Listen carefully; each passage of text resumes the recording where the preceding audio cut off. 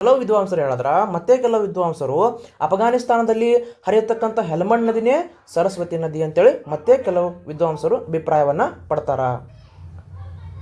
ಮುಂದುವರೆದು ಆರ್ಯರ ಕಾಲದಲ್ಲಿ 4 ವೇದಗಳು ಹಾಗೂ ಅವುಗಳಿಗೆ ಸಂಬಂಧಿಸಿರ್ತಕ್ಕಂಥ ಸಾಹಿತ್ಯ ರಚನೆ ಆಯಿತು.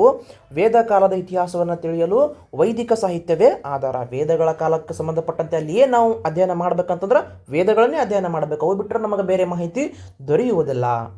ಋಗ್ವೇದ ಕಾಲವನ್ನು ಪೂರ್ವವೇದ ಕಾಲ ಅಂದ್ರೆ ಋಗ್ವೇದ ಟೈಮ್ನಾಗ ಋಗ್ವೇದದಲ್ಲಿ ಉಲ್ಲೇಖವಾಗಿರೋದನ್ನು ಋಗ್ವೇದ ಕಾಲ ಅಂತ ಕರಿತೀವಿ.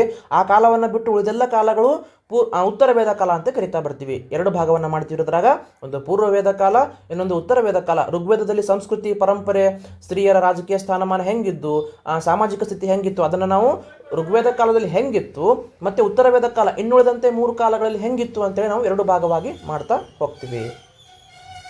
ಋಗ್ವೇದ ಕಾಲವನ್ನು ಪೂರ್ವವೇದ ಕಾಲ ಅಂತ ಕರೆದ್ರ ಅನಂತರದ ವೇದಗಳ ಕಾಲವನ್ನು ಉತ್ತರ ವೇದ ಕಾಲ ಅಂತೇಳಿ ನಾವು ಕರಿತಾ ಬರ್ತೀವಿ. ಪೂರ್ವವೇದ ಕಾಲಕ್ಕೆ ನಾವು ಬಂದ್ರ ಏನಾದ್ರಿ?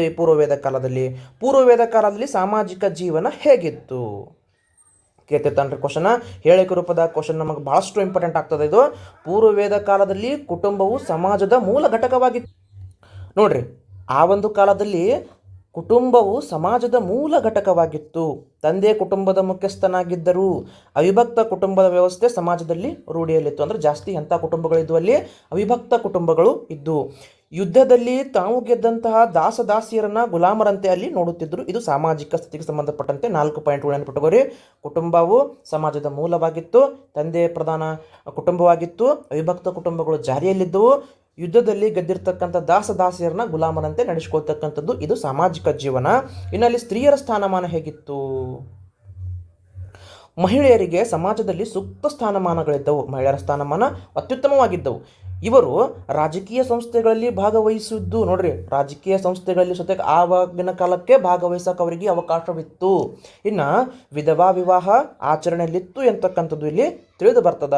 ಹೆಣ್ಣು ಮಕ್ಕಳು ಸಹ ವೇದಾಧ್ಯಯನ ಮಾಡುತ್ತಿದ್ದರು. ವೇದಗಳನ್ನು ಹೆಣ್ಮಕ್ಳು ಹೆಣ್ಮಕ್ಳಿಗೂ ಶಿಕ್ಷಣ ಪಡೀಲಿಕ್ಕೆ ಅವಕಾಶಗಳು ನಿರರ್ಗಳವಾಗಿ ಇಲ್ಲಿ ಕಲ್ಪಿಸಿಕೊಡ್ತಿದ್ರು. ಇನ್ನು ಇಲ್ಲಿ ನೋಡ್ರಿ ಕ್ವಶನ್ ಆಗ್ಯಾದ್ರಿ ಇದು. ಘೋಷ, ಅಪಲ, ಲೋಪಮುದ್ರ, ಇಂದ್ರಾಣಿ, ವಿಶ್ವವರ ಮುಂತಾದ ವೇದ ಕಾಲದ ಮಹಿಳಾ ವಿದ್ಯುನ್ಮಣಿಗಳಾಗಿದ್ದರು. ಇವರ ಬಗ್ಗೆ ಕ್ವಶನ್ ಆಗೈತ್ರಿ. ಋಗ್ವೇದ ಕಾಲದಲ್ಲಿರ್ತಕ್ಕಂಥ ಪ್ರಮುಖ ಮಹಿಳೆಯರು ಅಂತಂದ್ರೆ ಘೋಷ, ಅಪಲ, ಲೋಪಮುದ್ರ, ಇಂದ್ರಾಣಿ, ವಿಶ್ವವರ ಮುಂತಾದವರು ಇವು ವೇದಾಧ್ಯಯನ ಮಾಡಿ ಪಾಂಡಿತ್ಯವನ್ನು ಪಡೆದಿರ್ತಕ್ಕಂಥ ಋಗ್ವೇದ ಕಾಲದ ಮಹಿಳೆಯರು ಅಂಥೇಳಿ ನಾವು ಕರಿತಾ ಬರ್ತೀವಿ. ಇದು ಕ್ವಶನ್ ಆಗೈತ್ರಿ. ಇನ್ನು ರಾಜಕೀಯ ಸಂಸ್ಥೆಗಳಾಗಿರ್ತಕ್ಕಂಥ ಸಭಾ ಮತ್ತು ಸಮಿತಿ, ಇದನ್ನು ಕ್ವಶನ್ ಆಗ್ಯದ. ರಾಜಕೀಯ ಸಂಸ್ಥೆಗಳಾಗಿರ್ತಕ್ಕಂಥ ಸಭಾ ಮತ್ತು ಸಮಿತಿಗಳಲ್ಲಿಯೂ ಮಹಿಳೆಯರು ಭಾಗವಹಿಸಬೇಕಿತ್ತು. ಬಾಲ್ಯ ವಿವಾಹವಾಗಲಿ ಸಹಗಮನ ಪದ್ಧತಿಯಾಗಲಿ ಈ ಕಾಲದಲ್ಲಿ ಇರಲಿಲ್ಲ. ಯಾವ ಕಾಲದಲ್ಲಿ?